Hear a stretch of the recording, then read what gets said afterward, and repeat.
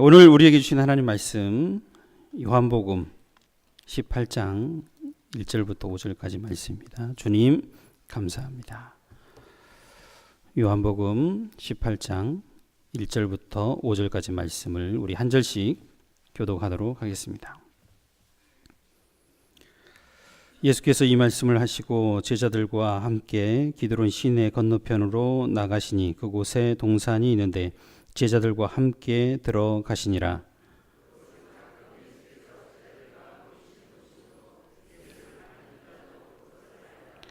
유다가 군대와 대제사장들과 바리새인들에게서 얻은 아랫 사람들을 데리고 등과 횃불과 무기를 가지고 그리로 오는지라.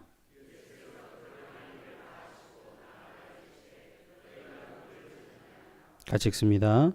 대답하되 나사렛 예수라 하거늘 이르시되 내가 그니라 하시니라. 그를 파는 유다도 그들과 함께 서더라. 아멘.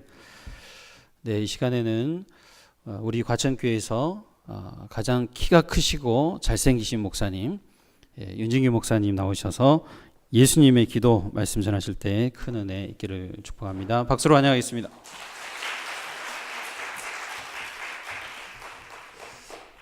할렐루야. 오늘 이 밤에 기도하러 오신 여러분 모두에게 하나님께서 하늘문을 열어주셔서 또 하늘의 크신 은총과 은혜가 여러분에게 가득히 넘치기를 축복합니다. 하나님은 살아계시고요. 하나님은 우리의 아버지십니다. 자녀인 우리들에게 정말 좋은 것, 가장 좋은 것, 우리에게 성령까지 주시겠다. 이 성령은 하나님 자신입니다. 독생자 예수를 하나밖에 없는 아들 예수님, 성자 하나님을 십자가에 죽이면서까지 우리를 사랑하시되 끝까지 사랑하시는 주님께서 오늘 이 밤에 기도하러 오신 여러분 모두에게 넘치는 사랑 가득히 넘치기를 축복합니다. 오늘 함께 읽었던 우리 요한복음 18장, 요한복음은 전체 21장으로 되어 있습니다. 전체 21장 중에서 12장에서 마지막 21장까지는 예수님께서 십자가에 못 박혀 죽으시기 전 일주일간의 행적을 기록을 하고 있습니다. 왜 성경은 예수님의 공생의 3년 기간 동안에 많은 사역과 많은 말씀들, 많은 일들을 하셨음에도 불구하고 오늘 유독 복음서는, 이 요한복음은 복음서 절반의 내용을 예수님의 공생의 가운데 특별히 십자가에서 고난당하시고 또 부활하신 그 내용을 중심으로 기록을 하고 있는 것일까요? 요한복음 마지막 장 마지막 절을 보시면 이렇게 마감을 하고 있습니다. 요한복음 21장 25절 함께 보겠습니다. 예수께서 행하신 일이 이 외에도 많으니 만일 낱낱이 기록된다면 이 세상이라도 이 기록된 책을 두기에 부족할 줄 아노라. 아멘. 예수님께서 행하신 일들을 책으로 다 모두 기록하면 그 분량은 온 세상을 다 덮어도 부족할 만큼 너무나도 많다는 것입니다. 그렇다면 요한복음이 오늘 우리에게, 저와 여러분들에게 전해주고자 하는 내용들은 무엇일까요? 요한복음을 기록한 사도 요한은 예수님께서 왜 이 땅에 오셨는지에 대해서, 그리고 그분은 누구인지 이제 소개하면서 그분은 하나님의 본체이시지만 하늘을 버리시고 또 이 낮고 천한 이 땅에 특별히 세상 죄를 지고 가는 하나님의 어린 양으로 이 땅에 오셔서 저와 여러분들을 대신하여서 십자가의 번제단에서 희생제물로, 그래서 우리를 구원해 주시는 분이심을 지금 소개해 주고 있습니다. 예수님은 십자가에 못 박히기 전날 마가다락방에서 제자들과 함께 마지막 최후의 만찬을 하셨습니다. 그 내용이 이제 요한복음 13장에 기록되어 있습니다. 13장 1절 함께 보겠습니다. 유월절 전에 예수께서 자기가 세상을 떠나 아버지께로 돌아가실 때가 이른 줄 아시고 세상에 있는 자기 사람들을 사랑하시되 끝까지 사랑하시니라. 아멘. 여기에 유월절 전이란 바로 예수님께서 십자가에 못 박히기 바로 전날입니다. 목요일 밤 마가 다락방에서 제자들과 함께 지금 유월절 식사를 하면서 성만찬을 지금 거행을 하고 있는 중입니다.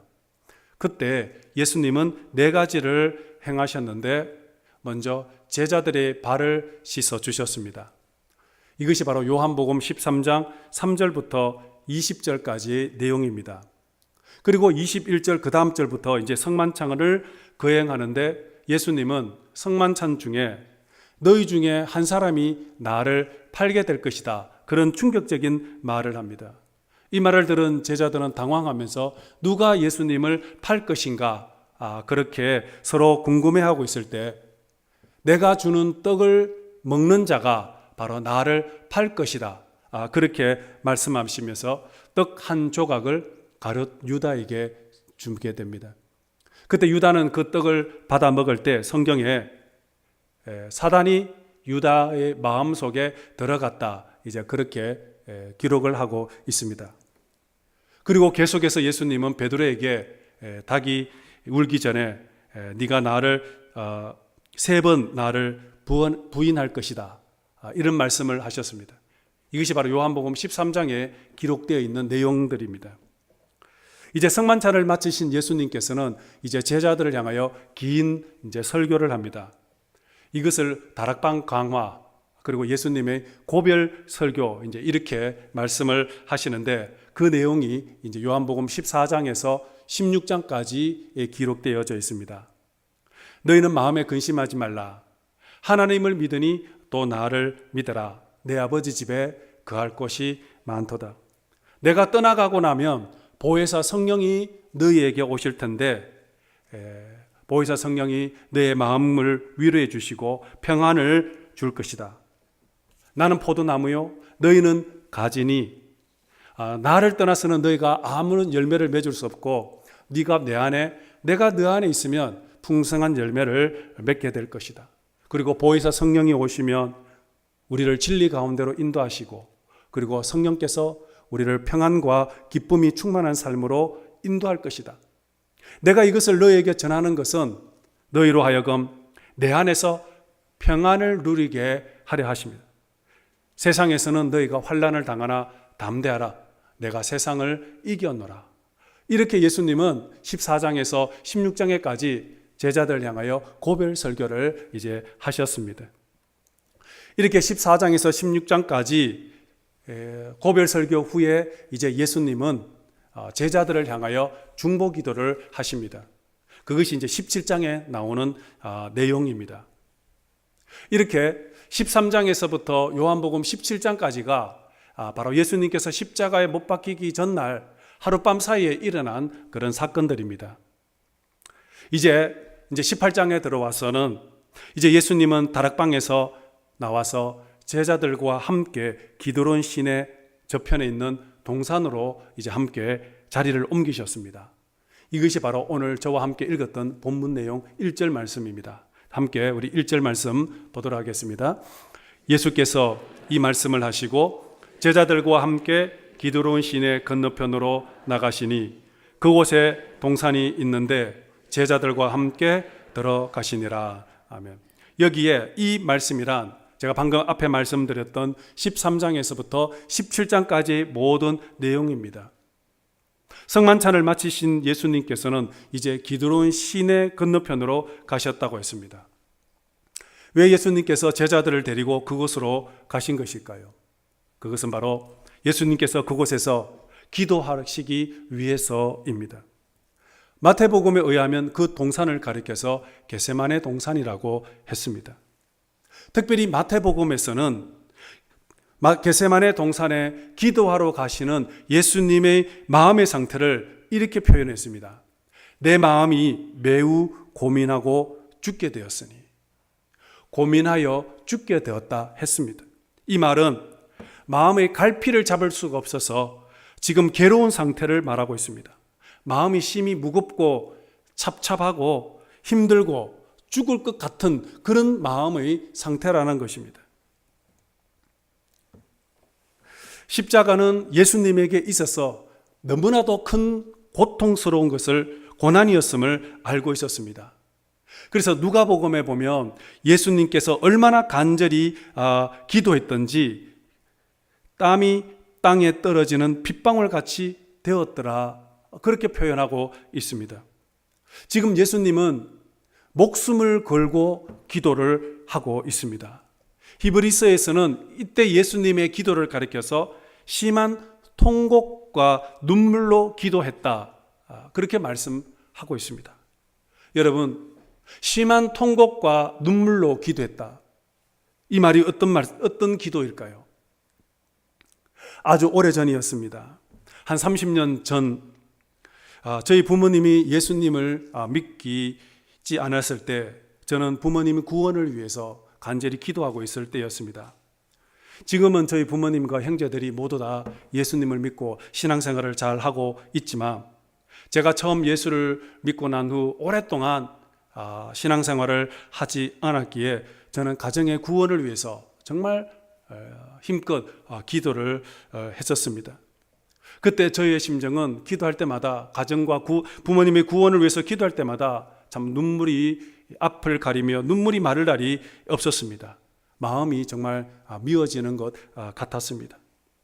아무리 기도해도 부모님의 마음은 전혀 움직이지 않고 요동하지 않고 마음의 문을 열지 않고 계속해서 불신자의 삶을 그렇게 살아가고 있는 것이었습니다. 그때 저의 마음은 정말 터질 것만 같았습니다. 12월 어느 겨울이었습니다. 그때 정말 시베리아 칼바람이 부는 그런 세차게 불어오는 추운 겨울 어느 금요일 밤에 저는 기도원에 올라가서 기도하기로 결심했습니다. 그래서 기도원에 가서, 그리고 기도원에 있는 정상까지 올라가서 바위에 방석을 깔고 저는 칼바람을 맞아가며 그날 밤에 하나님께 기도하기 시작했습니다. 목이 터지도록 부르짖으며 정말 기도했습니다. 그날 기도하는 중에 갑자기 환상 중에 저희 눈앞에 지옥으로 떨어지는 부모님의 환상이 보이는 것입니다. 죽어가는 부모님의 모습을 보는 순간 저는 비명을 지르지 않을 수가 없었습니다. 저는 그냥 가만히 조용히 그렇게 기도할 수가 없었습니다. 그 순간 저는 목이 터지도록 정말 창자가 끊어지는 것 같은 고통으로 울부짖으며 그렇게 기도했습니다. 하나님 살려주십시오. 구원해 주십시오. 주님께서 삭개오의 집에 찾아가 주셔서 삭개오야, 오늘 구원이 너희 집에 이르렀도다 하신 것처럼 주님 오늘 이 시간에 저희 집에 찾아와 주셔서 저희 부모님을 구원해 주옵소서. 한 영혼이 천하보다도 귀하다고 하시지 않았습니까? 하나님, 저희 부모님의 영혼을 불쌍히 여겨주시고 오늘 구원하여 주시고 구원의 은총을 베풀어 주십시오. 이렇게 간절히 부르짖으며 저는 그날 한 생명을 잉태하는 여인의 심정으로, 고통스러운 심정으로, 저는 해산하는 마음 심정으로 울부짖으며 정말 그렇게 기도를 했습니다. 정말 매섭게 불어오는 그런 찬바람을 맞으며 기도했는데 그날 밤에는 저의 온몸이 땀으로 뒤범벅이 되었고, 얼마나 기도하고 힘을 썼는지 나중에 기도를 마쳤을 때는 기운이 하나도 없이, 나중에는 실신한 사람처럼 저는 그 자리에 그냥 한참을 누워 있어야만 했던 그런 기억이 있습니다. 혹 여러분들 중에서도 저와 같이 이렇게 간절히 부르짖으며 목 놓아 기도했던 그런 영적 경험들이 있습니까? 지금 예수님은 십자가 앞에서 심한 통곡과 눈물로 하나님 아버지께 울부짖으며 지금 기도하고 있습니다. 왜 이렇게 예수님은 기도를 하시는 것입니까? 예수님은 지금 이 순간 기도하지 않고서는 십자가를 질 수 없음을 누구보다도 더 잘 알고 있었기 때문입니다. 지금 이 순간에 가장 필요한 것은 다른 것이 아니라 기도라는 것을 예수님은 알고 있었기 때문입니다. 누가복음에 보면 예수님은 이런 기도를 했습니다. 누가복음 22장 42절 말씀입니다. 아버지여, 만일 아버지의 뜻이거든 이 잔을 내게서 옮기시옵소서. 그러나 내 원대로 마옵시고 아버지의 원대로 되기를 원하나이다. 아멘. 여기 보면 내 이 잔이 내게서 지나가게 하옵소서라고 했습니다. 여기서 잔이란 바로 예수님의 십자가입니다. 예수님은 한 번도 자신의 비전, 사명, 십자가를 잊어본 적이 없었습니다. 십자가를 통해서 인류를 구원하신다는 것에 대해서 결코 잊은 적이 없었습니다. 예수님은 십자가만 바라보고 한 걸음 한 걸음 나왔습니다. 그리고 여러 차례 제자들에게 내가 십자가에 못 박혀 죽고 3일 만에 다시 살아날 것을 제자들에게도 말했습니다. 이제 그 십자가를 져야 하는 D-Day, 카운트다운이 이제 시작이 되었습니다. 그런데 지금 예수님은 어떤 기도를 하고 있습니까? 이 잔이 내게서 지나가게 하옵소서라고 기도하고 있습니다. 왜 예수님은 이렇게 연약한 모습을 보여주고 있는 것입니까? 바로 그것은 십자가는, 이 십자가의 고통이 얼마나 무섭고 무서웠으면 십자가가 아닌 다른 방법으로 인류를 구원해 주십시오. 하나님의 뜻이라면 십자가가 아닌 다른 방법으로 구원의 역사가 이루어지게 해달라는 그런 기도를 지금 하고 있는 것입니다. 예수님은 십자가가 얼마나 고통스러운가를 누구보다도 잘 알고 있었습니다. 사랑하는 여러분, 이 십자가의 사건은 너무나 고통스럽고 말로 표현할 수 없는 큰 사역입니다. 기도 없이는 감당할 수 없는 사명이었습니다. 기도 없이는 결코 이 십자가를 질 수 없음을 알았기에 지금 예수님은 밤이 맞도록 눈물과 통곡으로 그렇게 기도를 하셨던 것이었습니다. 사랑하는 여러분, 어쩌면 예수님의 이 기도는 오늘 저와 여러분도 동일한 문제입니다. 우리도 결코 기도 없이는 살아갈 수가 없습니다. 우리 앞에 놓여 있는 많은 인생의 문제들 앞에 기도 없이는 결코 해결할 수 없고 이길 수 없고 헤쳐나갈 수 없는 그런 많은 문제들이 있음을 오늘 성경은 우리에게 말씀하고 있습니다. 무릎으로 사는 그리스도인이라는 그런 책이 있습니다. 이 책에 이런 내용이 있습니다. 우리 같이 함께 읽어보겠습니다. 마귀는 우리가 기도하지 않는 조건하에 우리들이 하나님의 일에 몰두하도록 도와준다. 마귀는 우리의 기도가 결핍되어 있는 한 우리가 아무리 열심 있고 성실한 성경 연구가라 해도 두려워하지 않는다. 사탄은 우리의 수고를 비웃고 우리의 지혜를 조롱한다. 그러나 우리가 기도하면 두려워 떤다. 사탄은 우리를 유혹할 때 제일 먼저 유혹하는 것이 기도하는 것을 중단하게 하는 것입니다. 그래서 주님께서 말씀했습니다. 시험에 들지 않게 깨어 기도하라. 사도 바울 선생님도 기도를 계속하고 기도에 감사함으로 깨어 있어라. 쉬지 말고 기도하라. 여러분, 기도하는 사람과 기도하지 않는 사람은 어떤 차이가 있을까요? 겉으로 보기에는 큰 차이가 없어 보입니다. 기도하지 않아도 아무런 어려움이나 문제 없이 신앙생활을 잘 할 수 있는 것처럼 보입니다. 그러나 기도하는 것은 영적인 보험에 붙는 것과 같습니다. 기도는 영적인 적금을 넣는 것과 같은 것입니다. 평소에는 기도하는 사람과 기도하지 않는 사람과 차이가 나지 않습니다. 그러나 위기 앞에 고난을 당했을 때 그때 기도하는 사람과 그렇지 않은 사람은 하늘과 땅 차이입니다. 예수님은 지금 당신 앞에 놓여 있는 인생의 큰 고통을 알고 있었습니다. 그리고 그 문제를 가지고 하나님 앞에 나아가 무릎으로 나아갔던 것입니다. 그리고 밤이 맞도록 눈물과 통곡으로 기도를 했었습니다. 오늘 본문 요한복음 18장 3절에서 5절 말씀 보도록 하겠습니다. 유다가 군대와 대제사장들과 바리새인들에게서 얻은 아랫 사람들을 데리고 등과 횃불과 무기를 가지고 그리로 오는지라. 예수께서 그 당한 일을 다 아시고 나아가 이르시되 너희가 누구를 찾느냐? 대답하되 나사렛 예수라 하거늘 이르시되 내가 그니라 하시니라.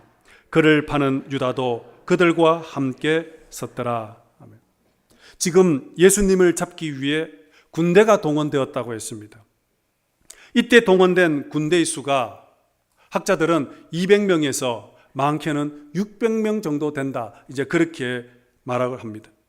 한 사람을 잡기 위해서 한 군대, 여러 군대가 지금 동원이 되었습니다. 얼마나 두렵겠습니까? 이 순간 도망가고 싶지 않겠습니까? 그러나 예수님은 담대하게 나아갔습니다. 회피하지 않았습니다. 도망가지도 않았습니다. 오히려 당당하게 내가 여기에 있다. 그렇게 말씀하시며 문제를 직면했습니다. 그리고 십자가에 못 박히셨습니다. 그러나 여러분, 기도하지 않았던 제자들은 어떻게 되었습니까? 그 순간 제자들은 모두 도망을 갔습니다. 그리고 예수님을 모른다고 부인했습니다. 저는 오늘 이 말씀을 묵상하는 가운데 시편 27편 다윗의 기도가 생각이 났습니다. 시편 27편 1절에서 3절 말씀 함께 보도록 하겠습니다.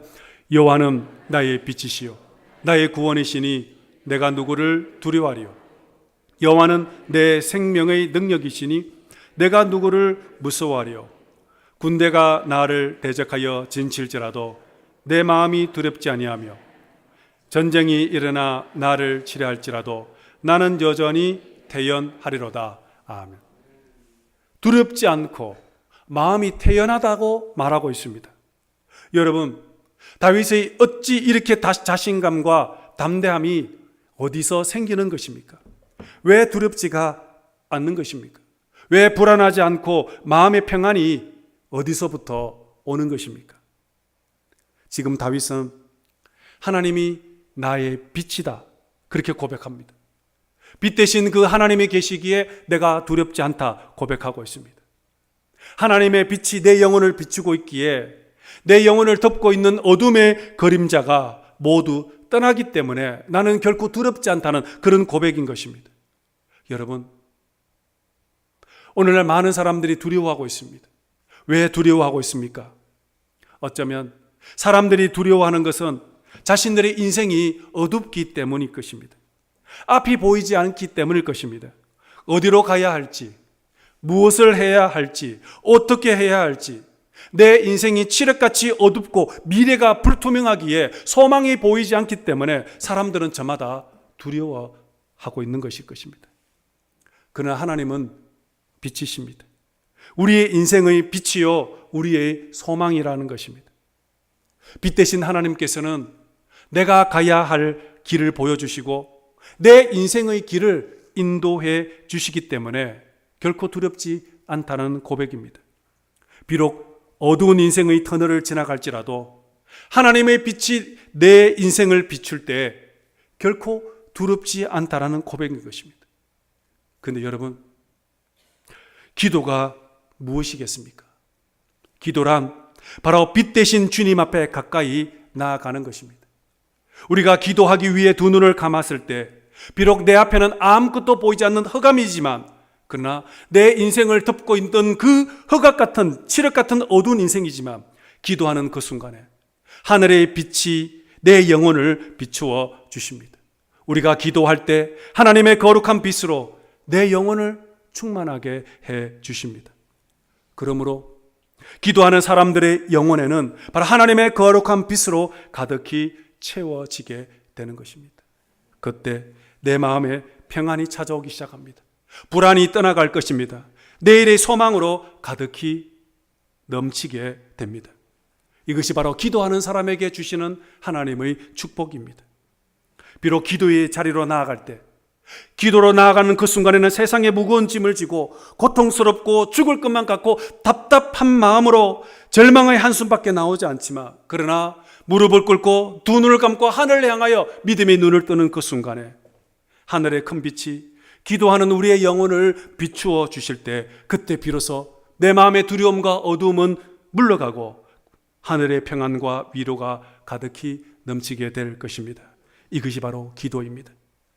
오늘 여러분 앞에 태산과 같은 큰 짐과 쓰나미와 같은 그런 두려움이 밀려올지라도 여러분이 오늘 이 밤에 주님 앞에 무릎을 꿇고 엎드릴 때 주님께서 여러분의 마음속에 자리 잡고 있는 두려움과 걱정과 염려 모두 떠나가고 하늘의 평강과 안정과 위로, 담대함을 회복시켜 주실 줄 믿습니다. 지금 예수님은 십자가를 지시기 전날 겟세마네 동산에서 지금 피땀 흘리며 기도하셨습니다. 그런데 여러분, 기도의 결과가 무엇이겠습니까?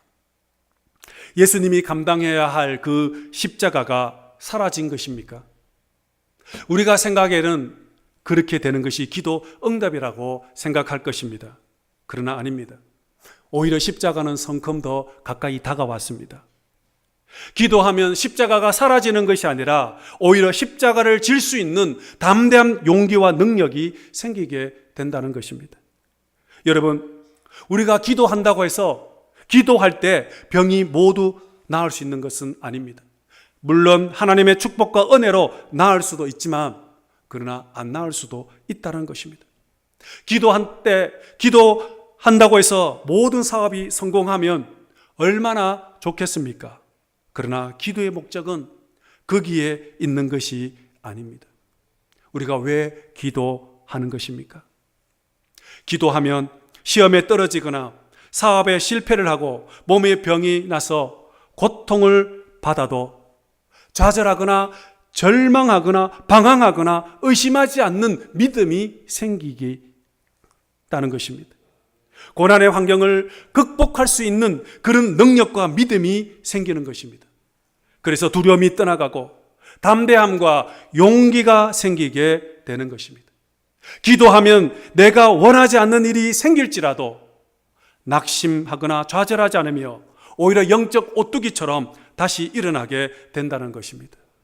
여러분, 기도하고 있는 사람에게는 질병이나 패배나 고통이 더 이상 문제가 되지 않습니다. 열심히 믿음 생활하고 교회 생활하고 봉사하고 기도 생활을 해도 뜻하지 않는 가정의 불화와 가정의 어려움이 계속해서 닥칠 수 있습니다. 생각지도 못했던 환경의 폭풍우 속에 휘말릴 때도 있습니다. 감당 못할 일들이 계속해서 일어나기도 합니다. 때로는 내 인생 전체가 무너지는 것 같은 그런 위기 앞에 설 때가 있습니다. 그러나 지금 예수님을 보십시오. 기도하는 사람에게는 그 어떤 고통이 찾아올지라도 두려움이 없다라는 것입니다. 어떤 상황이 내게 임한다 할지라도, 심지어 죽음이 내 앞에 다가온다 할지라도 두려워하지 않으며 오히려 기뻐하고 감사하고 찬양하며 하나님의 영광이 오늘 이 자리에 있다는 사실을 믿고 나아가는 사람이 바로 기도하는 사람이라는 것입니다. 여러분, 독수리가 언제 하늘을 비상하는 날개가 있음을 알게 되었을까요? 어미 독수리가 보금자리를 흩어버릴 때입니다. 벼랑 끝에 떨어지는 경험을 할 때입니다. 그때 독수리는 자신에게 비로소 날개가 있음을 깨닫게 된다는 것입니다. 여러분, 저와 여러분들이 오늘 기도할 수만 있다면, 여러분들이 기도하러 주님 앞에 나아가 무릎을 꿇는다면 여러분 인생 앞에 어떤 시련과 폭풍우가 온다 할지라도 오히려 그것은 우리를 더욱더 비상할 수 있도록 도와주는 영적 바람이 될 줄로 믿습니다. 저는 오늘 여러분에게 이런 예수님과 같은 축복이 있기를 원합니다. 좋은 일들이 많이 있고 모든 것이 형통한 삶이 되었으면 좋겠습니다. 그러나 저와 여러분들의 삶이 그리 아니하실지라도 우리는 무릎으로 그 고난의 벽을 뚫고 나아가는 것입니다. 담대하라, 내가 세상을 이겼노라 말씀하신 주님처럼 우리가 하늘을 향하여 두 눈을 감고 손을 들어 주님 앞에 찬양하고 무릎을 꿇을 때 하늘에서는 설명할 수 없는 하나님의 은혜와 능력이 임하게 될 줄 믿습니다. 그때 우리의 영혼은 천국을 향하여 비상할 것입니다. 천국의 비밀과 하늘나라의 아름다움과 주님의 따스한 손길을 그 순간 경험하게 될 것입니다. 오늘 이 밤 기도할 때 모든 두려움과 걱정이 떠나가기를 축복합니다. 믿음으로 승리할 수 있기를 축복합니다. 하나님께서 오늘 저와 여러분들에게 새 힘과 능력을 주실 줄 믿습니다. 담대함을 주실 것입니다. 내 삶에 가장 편할 때, 시간이 가장 많을 때, 그때 더욱 열심히 뜨겁게 힘을 내어 깨어 기도하시는 오늘 저와 여러분 모두 되기를 주의 이름으로 축복합니다. 기도하겠습니다. 하나님 아버지, 오늘 이 밤에도 주님 앞에 나와 엎드렸습니다. 눈은 감았지만 믿음의 눈을 열어 하늘나라의 거룩한 영광을 보게 하여 주시며, 오늘 우리를 사랑하시는 그 주님의 뜨거운 사랑을 보게 하시며, 우리 인생 너머에 하나님의 그 놀라운 축복을 보게 하여 주옵소서. 오늘 이 밤에 기도할 때에 우리에게 새 힘을 주시고 능력을 주시고, 좌절하거나 포기하거나 실족하지 않고 더 힘있게 영적 오뚜기처럼 다시 일어나 독수리처럼 믿음의 날개를 펴 천국을 향하여 비상하는 하나님의 백성들 오늘 되게 하여 주시옵소서. 기도하는 우리 사랑하는 주님의 백성들에게 성령으로 기름 부어 주셔서 오직 하나님이 기뻐하시는 기도, 오늘 이 밤도 주님과 교통하는 아름다운 은밀하게 주님 앞에 교통하는 그런 은혜의 밤, 기도의 밤 되어지게 하여 주시옵소서. 거룩하신 예수님 이름으로 기도드리옵나이다. 아멘.